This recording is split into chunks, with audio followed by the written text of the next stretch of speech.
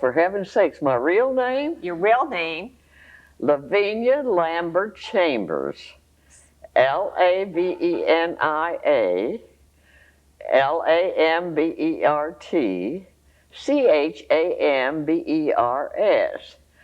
And my name is, I'm called V. I'm Aunt V. And how do you spell V? How do you spell V? V-double-E. When did they start calling you that? As a small child, my family called me Vivi. And then as I got up to go to school, I was known as V. Chambers in school. Very seldom. My report card had Lavenia Lambert on it. Lambert was my maiden name. And, but I think they called me V through school. I know in high school I was in the glee club and different things like that. I was busy, always was. How did you happen to come to this area? Who came here first in your family? My parents had started wintering in Florida, and I would stay with my grandparents to go to school, you know, before I was married, while they were in Florida. They first went over to St. Petersburg in that area, but they didn't care for it, and then they went to Miami. And I particularly remember them sending pictures of the Featherstone triplets, William Jennings and Brian Featherstone. And I met the Featherstones when I'd come down to visit the folks, and they were interested in sports fishing. And of course, Stuart had the reputation of good sports fishing, the sailfish capital of the world. And that's when they moved up to Stuart. And they used to rent from the Coventrys each winter. An apartment over there, you know where it is, near Confusion Corner? Well, anyhow, they rented there several years. And then I think in the early 20s, they bought land during the real estate boom. You know, when we had the real estate boom in Florida. And they bought land in Stuart. And they built a 4-unit apartment house over there on 5th and Akron. And on the highway, US 1 had just been put through. Of course, it was called Dixie Highway at first. And they built a big garage apartment just south of the cutoff road that went to Jensen. And when Ted and I came down here finally, in 1929, we moved down from Cincinnati, Ohio. We both were born at Ironton, Ohio, which is on down the river from Cincinnati. It's on a river town across from Ashland, Kentucky, and well, that area up there. And Ted and I came down, and we went over to the garage apartment. It had been occupied by people who hadn't been able to pay their rent because it was Depression time. And there was very little transportation, and not many people were buying gas. And it was, it had 3 bays out to the highway and several gasoline pumps. And it had 3 apartments upstairs, and Ted and I moved in there.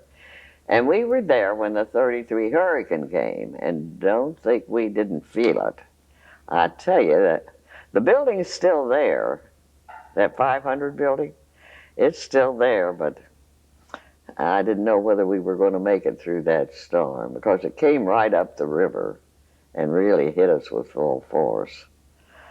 But I've always told people that I've enjoyed growing up with Martin County, and I have. Your parents were here during the boom then, and when Martin County was formed. Oh, yes.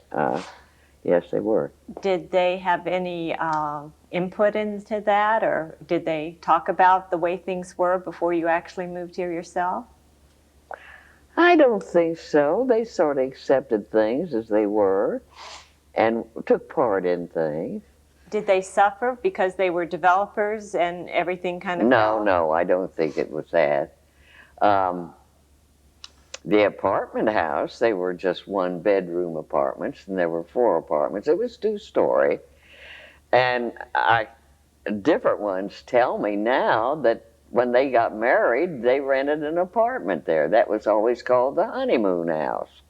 So many of the young couples, that was their first place to live after they married. And it still stands too, doesn't it? Beg pardon? The apartment house still stands too. Oh, yes, it's still there. The one in Stewart, on Akron. On the 5th and Akron. Okay, so It was a good neighborhood. The Butterfield boys were there in the neighborhood, and Dr. Noonan was on the corner. And Dr. Noonan had a telephone, and we had a telephone, and everybody used our telephone. They didn't want to bother the doctor, and they would all come and use the telephone at our house. And we never locked the door back then. Nobody lost anything. when did you move south of the river? You were in the apartment house on the north side for 33 years. Well, I guess Ted and I, we ran a Texaco garage over there. And I've forgotten how many years we were there. But later you moved to downtown Stewart. No, later we moved to Hobe Sound. And we moved to Hobe Sound about 1945. We started a business down there in 45. And I guess it was 48 that we finally moved down to Hobe Sound. We bought property, the house that I live in now. I've been in that house 50 years. So when you were talking about you having the telephone, you were talking about your parents having the telephone? Yeah, up in Stewart. Okay. And did you visit them a lot? How long did they live there? Through your young matronhood, or? I hadn't thought of But that. they stayed there for years then? Anyway. Well, until they both died. Okay, so. Yeah. So when did you become so active in the community? You were a newcomer in 1929. What led you to become so involved, so community-oriented? Oh, I know. I had a Red Cross certificate to teach swimming back from Ohio, and I decided there was so much water around. Oh, there was a drowning in Stewart, or the area, of a child that didn't know how to swim. And I decided that I would give swimming lessons, free of charge. And I had plenty of time. I wasn't working. And I got Mr. Bruner, who was Carl Kruger's grandfather. Rady Bell Kruger was his daughter, the only girl he had. And he worked for the city of Stewart. And I got him at the end of, well, you know where Ashley's restaurant is? Mm-hmm. You know that dock there? Right, that into was a the city river? dock at one time. I got Mr. Bruner to clean out all the cans and bottles, and I taught swimming there. I had the buddy system. Everybody had a buddy, and I taught swimming there. Right, in the St. Lucie River. Yeah? And can you remember any of your students, your swimming students? No? But maybe how many did you have? Oh, about 20, 25. That's a lot. Yeah, it was a lot to keep track of. Lord, they wouldn't let me do it nowadays. That'd be terrible. That'd be cruelty to children or something. Nobody drowned? No. And then later, I took them out. The Lions were renting a house out on the St. Lucie River, and I can't remember whose house it was. Isabel and Ernie lived there with their parents. Ernie's father was a character. He really was something. I wish everybody had a chance to have known him. Okay, we're talking about Harry Lyons. Yeah. Okay, tell us about Ernie and Isabel's father. He was a character. Was he active in the community when you knew him? No, he didn't. He didn't bother much with the community. He did a lot of hunting and fishing. Right. Okay. And But he was a very intelligent man and interesting to talk to. So we got on to the Lions when you said that they had rented a house on the river, and that was probably the Ashley House at the end of I Coconut. think it was. And did you go down there and teach lessons too? Yeah, I taught swimming down in front of their house. Okay. We had 2 or 3 classes a day. And what year would this be? Soon after you arrived, in the early 30s, would it be? During the Depression? Yeah, I guess it was in the 30s. Okay. And then what was your next community effort after swimming lessons? Well, I guess 40 years ago. Oh, I got the junior college bug from Ralph Jr.'s relatives. They were relatives on his mother's side, the Youngbloods. Can we first go to the commodities era? Weren't you the commodity lady? Oh, the commodity women. That was in the 30s. That was when Franklin Roosevelt Tell us about started. that. Oh yeah, I was a commodity lady. There was surplus government foods. There was canned beef, there was sides of bacon, there was bags of grits, bags of cornmeal, and things of that sort. And they'd come in, a shipment of it would come in, and practically everybody was on, I guess you would call it welfare. It was the relief roll. And I had an old car, and I used to take that around to people, Port Mayaca, Indiantown, you know, all around Hobe Sound, and deliver it at a certain place, excuse me, where people would come and get it. And these surplus government commodities. I remember the canned beef was pretty good. It was a beef stew, and it wasn't too bad. Would you go all by yourself? Yeah, I didn't have any help.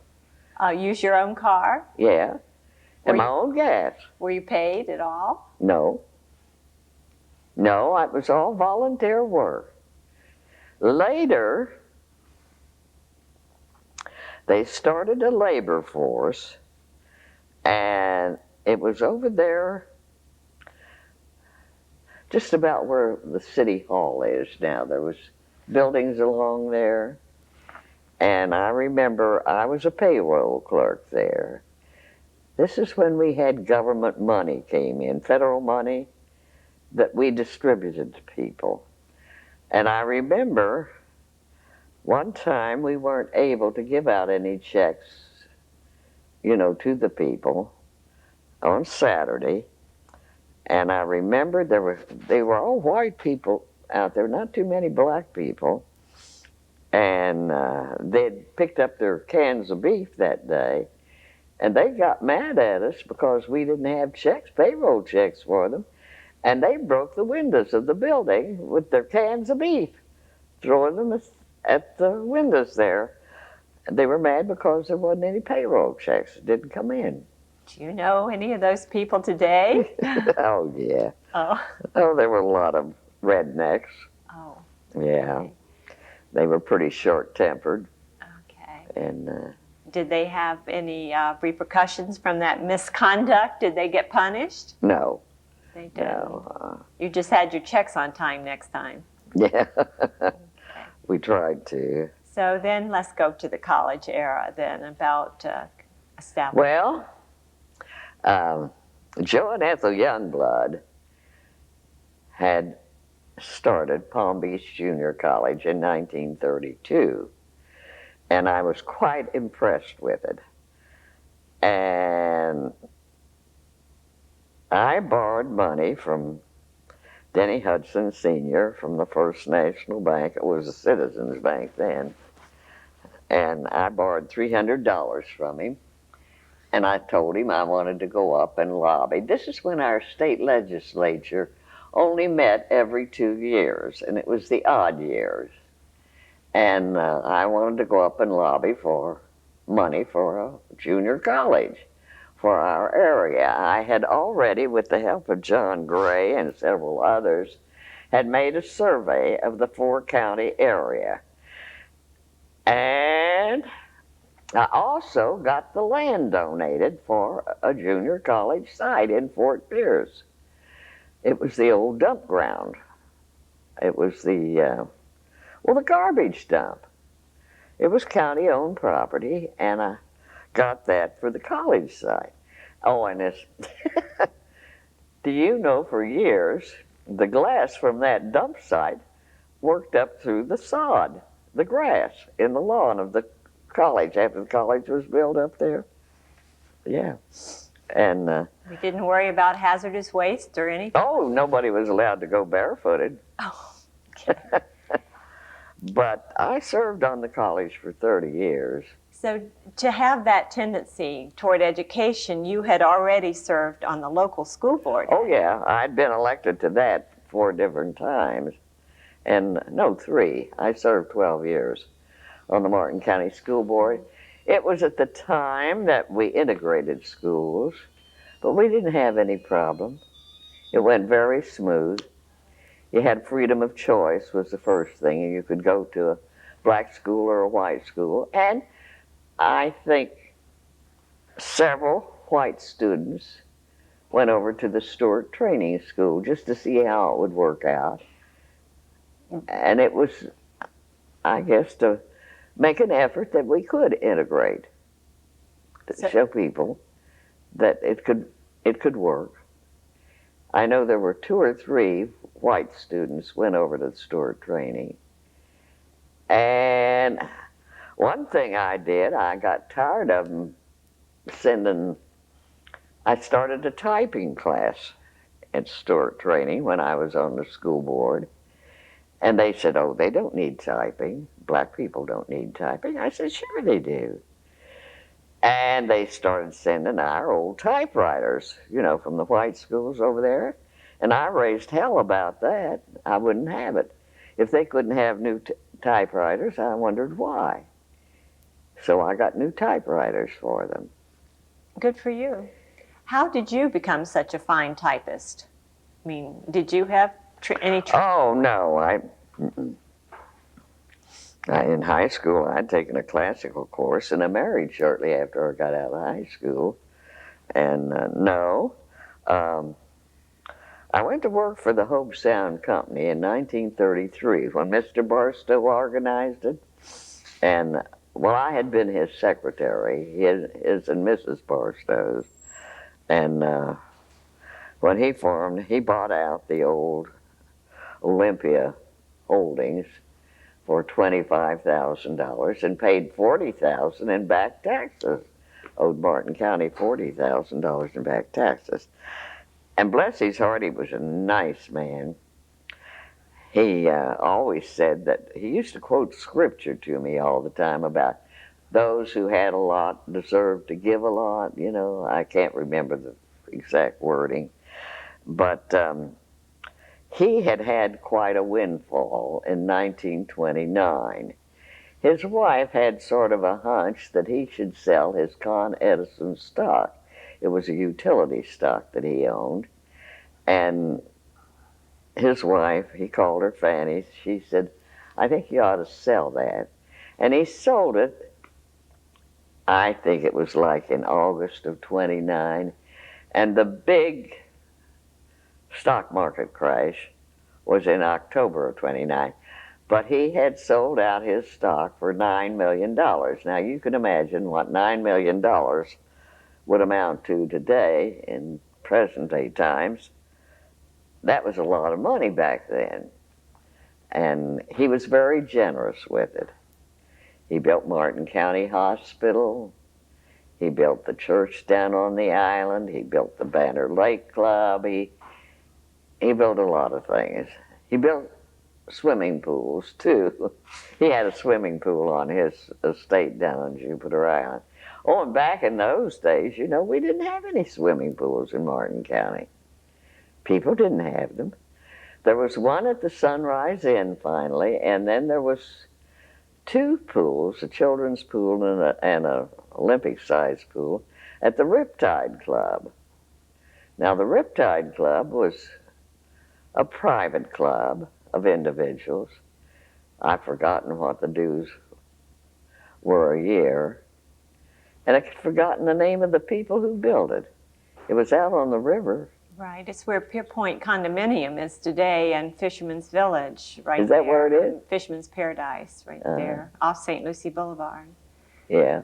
But do you remember the name of the people? Dan was his name. I forget it at the moment, but I'm familiar with it. But let's go back to Mr. Barstow, because he was such a benefactor of the area. Who was he? Where did he come from, and how did he make that money that you referred to? He sold his Con Edison stock for $9 million. Well, he was a pretty wealthy man. Right. He worked with Thomas Edison himself. Oh, yes, they were good friends. Right. Oh, and he established the Edison Museum in Fort Myers and the one in New Jersey. Right. What's the name of that one? Melno Park, I guess, somewhere up there. I can't remember. But very close to the beginning of electricity and that industry. Very. Thomas Edison was a personal friend. Right. And then, of course, he was in the utility business, too. I guess Con Edison's a big outfit. Right, very big. And, but he was very generous with his money. He also was very generous to the black people. Will you explain the background for that and the stipulation about our hospital? Will you go into that? Yeah, that was to be open to black or white, no restrictions whatsoever. And, well, he was just a fine gentleman. He came from Great Neck, New York, but he owned 3 places on Jupiter Island that had been the older places, and they were from river to ocean. And he picked them up at quite a decent price, and it was a good investment. He finally, sold them and made money on them, and then kept one where he and his wife, they had one son, and he was doing mission work in the South Seas and got a fever and died in some foreign country. And they never had any other children. But as I said, he was very generous to the black people especially. You mentioned Banner Lake. What is that? That is the section west of US 1 on Bridge Road where the black people live. And so he helped with a community center, have one built there, or is that what you were saying? No, it was the Banner Lake Club over there. He built that, and he had his superintendent on his estate on the island. Name slips me, but anyhow, he could do construction work, and he told him that he should build the Banner Lake Club, but he should make it hurricane-proof. And it's all reinforced steel down through the concrete blocks. And I always said if a big hurricane was coming and I needed a shelter, that's where I would go, because it was built to withstand hurricane winds. It's interesting. I wonder if it has been used for a hurricane shelter. Oh, they do. They use it. Good. Mm-hmm. Good. Yeah. And, we raised some funds and put in a kitchen over there with gas, because electricity goes off when we have a storm. And we have a gas stove in there where people can cook and that sort of thing. To make it more of a shelter for, in a hard time. Yeah. Do you have any children yourself? Do you have children? Yes, we have David and Ann. Oh, I belonged to the PTA before we had children. I worked like a son of a gun for that. And what do you think made you this way, to be so working for the community with no pay and borrowing money for the good of the community?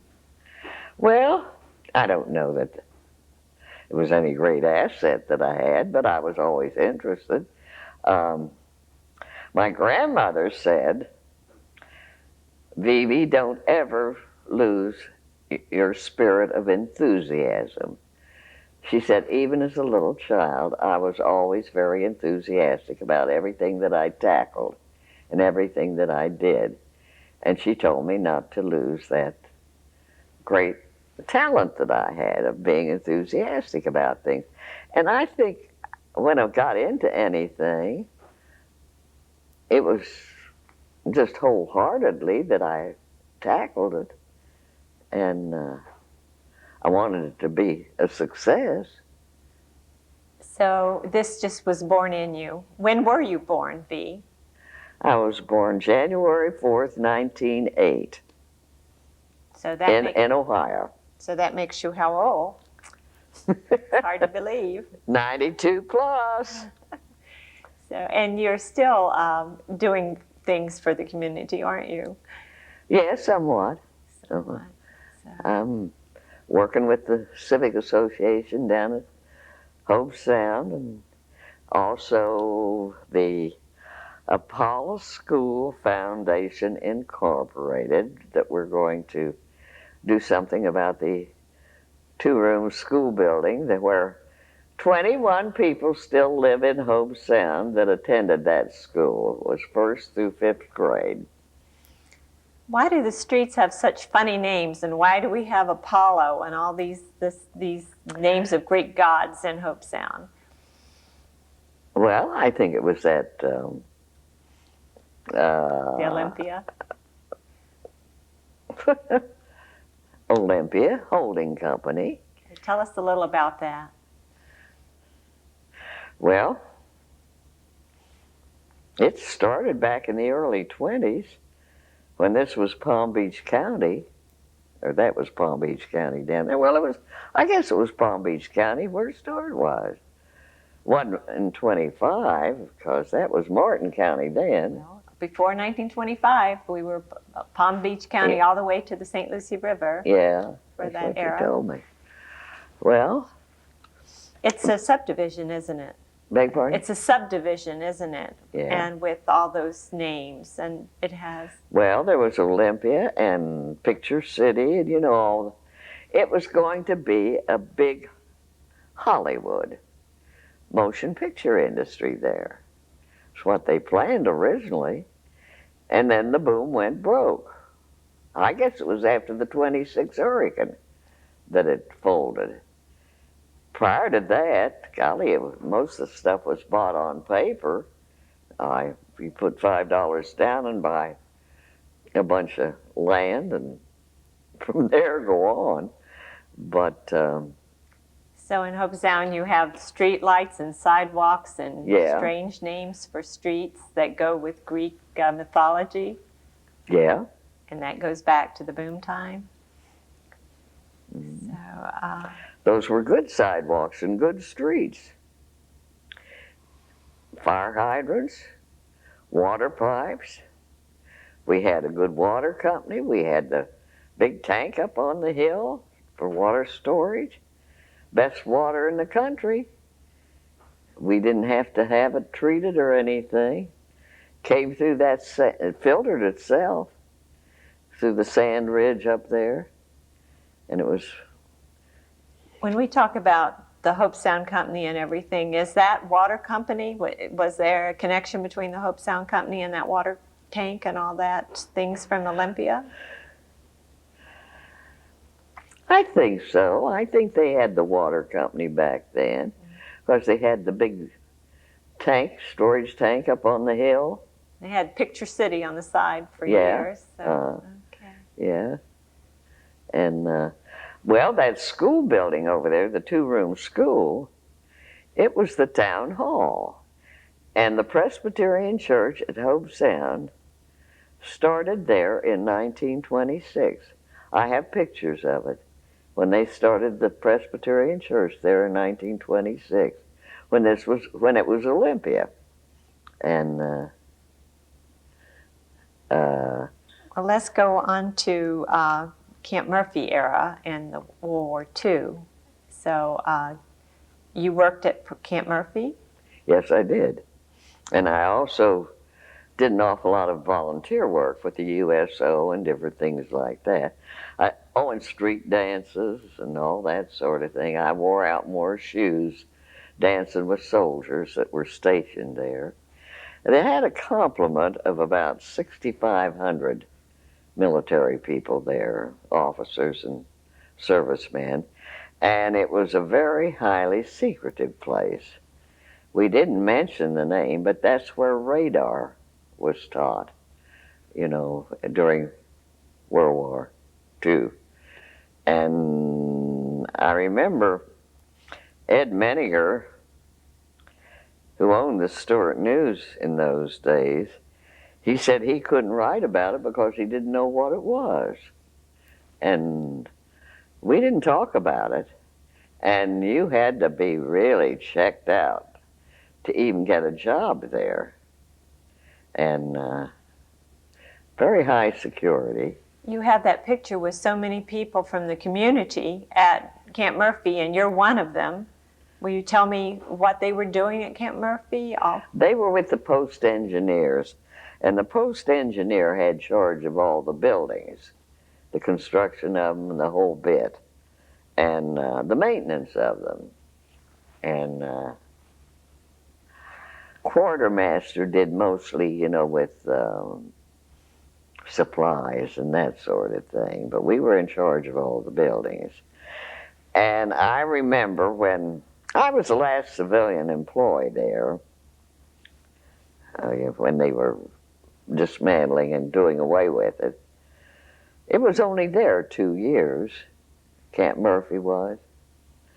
And I remember I found out that by talking to some officials in Atlanta that the buildings were going to be destroyed, but they could be moved if people left the sites, where they moved the building, in good order, good shape, neat, and that sort of thing.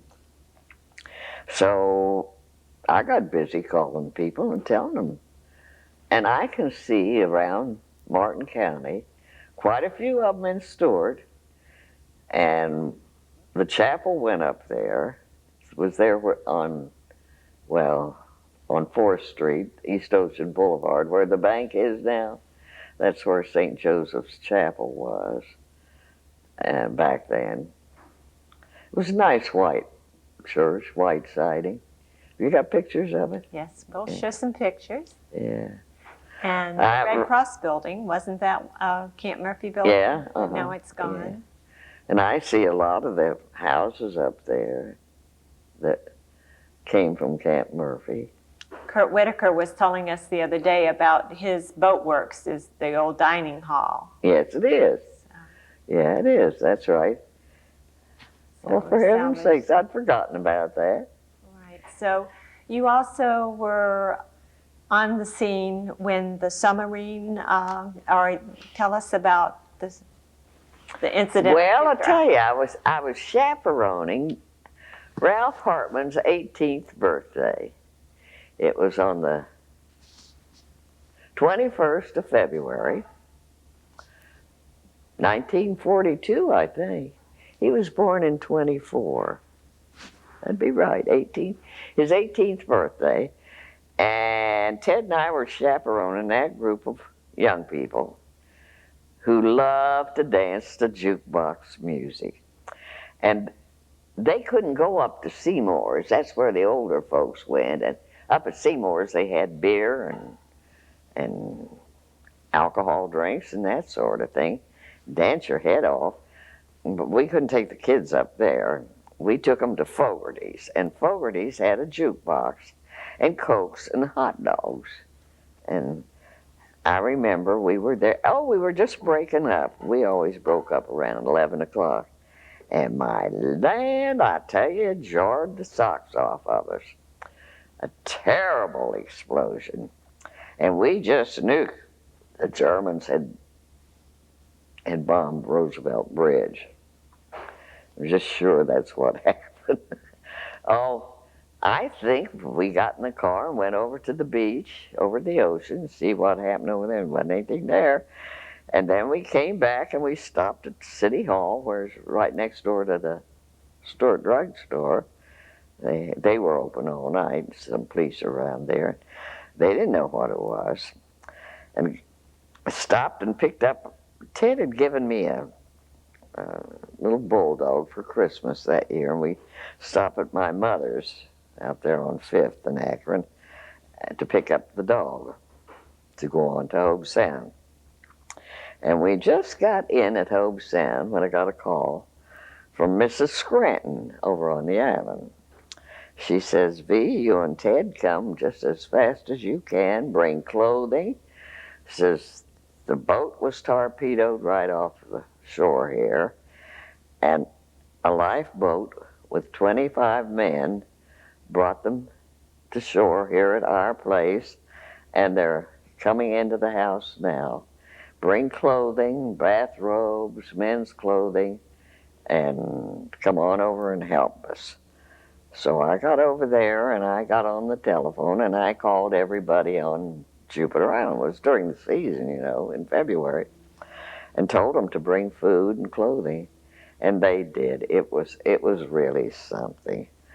There was ham. There was, oh, and these men off of the, some of them were pretty greasy and pretty dirty, and some of them were no serious injuries, but abrasions and that sort of thing that we took care of and treated and washed them and cleaned them up and got dry clothes on them.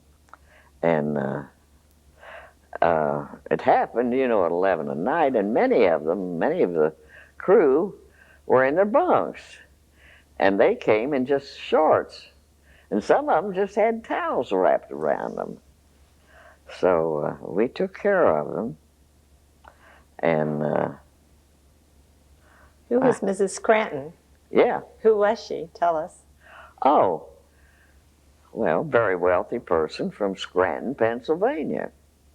And her son later, not then, but her son later, Bill, was governor of Pennsylvania.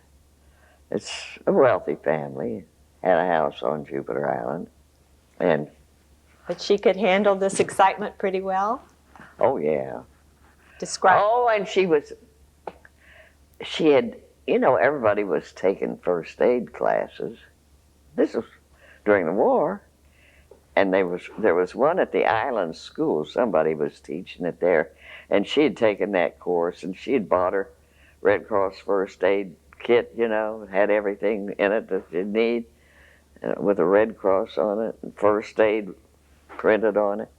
She had that down by her side, and she had some fella off the boat, greasy and hairy as he could be. He had something in the bottom of his foot, and she was taking care of it. And here she was, every curl in place, always was that way, very neat, very regal. And she had on this pink frou-frou thing, satin, his dirty old foot up in the middle of that, and she was taking care of it. I said I'd give anything if I had that picture. It was something. I wish we had it, but you've said it in words. That's nice. Yeah. So that was really, I saw all these typewritten things and the things you gave me of Red Cross work that you typed out yourself. Yeah. So that was after this crisis, or just about at the same time, or? About the same time. So 1942 was the year of really excitement. Yes, it was. Ships and well, I remember there was a survey made when I was on the Red Cross board that there were more volunteers per capita in Martin County than any other place. Everybody was so willing to help, and they did. You didn't have to go around and beg people to do things. People were very willing to help. And I'm telling you, Ralph Hartman has never received the credit that he's due of what he did at the hospital for years. He really devoted an awful lot of time and effort and did good work there. Yeah, that's my Ralph Jr. I enjoyed those Hartman boys. Ted and I didn't have any children then. And it was fun. Christmas time, they'd have their pockets full of dimes, and we'd take them down to West Palm Beach, to Woolworth's, to the dime store, to do Christmas shopping. And that was more fun. And I tell you who was, who was quite a character was Jack Hartman, Ralph's brother, his next younger brother. And then another thing, their grandfather, McDonald, was a big wheel in the Methodist Church and had been. He was an outstanding Methodist minister, a notable one. And Ralph Hartman Sr. insisted that his boys would be confirmed in the Lutheran church. And the only Lutheran church was a small one down in West Palm Beach. And Ted and I took, I guess, the three boys. We didn't take Brady. Brady came along sort of later. He was our godchild, and he was Brady Chambers Hartman. Anyhow, we took Ralph Jr., Jack, and Donald down for catechism classes every Thursday night. We'd take them down. I think they met at 6 or 7 o'clock, something like that. It was early in the evening.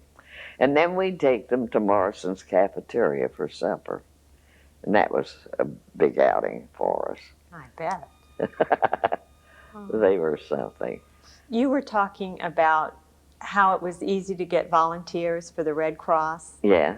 Why do you think Martin County is the way it is, that there are so many people volunteering to do good things? Well, there wasn't anything else to do. That gave them something to do, I guess. Even today, they're Yeah, I know. No, they always have. It's been a spirit that was with the Martin County people. Any explanation? No. I don't know why, but they've always been very willing to go the extra mile. I remember when Mary Hartman, Mrs. Andrew Pittman, and I started the first hot lunches in the Martin County schools. And we started the first one on a 3-burner kerosene stove. I remember it so well. 3-burner kerosene stove, a little old sink out at Martin County High School. Martin County School, well, it was 1st through 12th. Yeah. We didn't have kindergarten back then. And when Ralph and I were talking, we didn't talk about the band and all the music program that was started by the Hartmans too, or encouraged. But all of these things seem to be started by volunteers before the government took over, or? Oh, yes, yes, yes. So, well, let's just end with a statement about this county. What do you think is so special about it? Special about what? Martin County. Why do you think it? Well, it's just a good group of people. And the same thing in the colored town. We never had any problems there. People were so willing to do and to help. And they usually had somebody who was pretty much of a leader, you know, who'd get things started in the black people. And I don't know. Well, you take Mary, Mrs. Pittman, and I starting the hot lunch program. We just decided it was something that was needed. And we got plenty of help. A lot of volunteers. And a lot of money was donated to it and that sort of thing. Anything that we ever started, why, it turned out all right. Okay. Any words of wisdom? No. Just believe in what you're doing and go ahead and do it.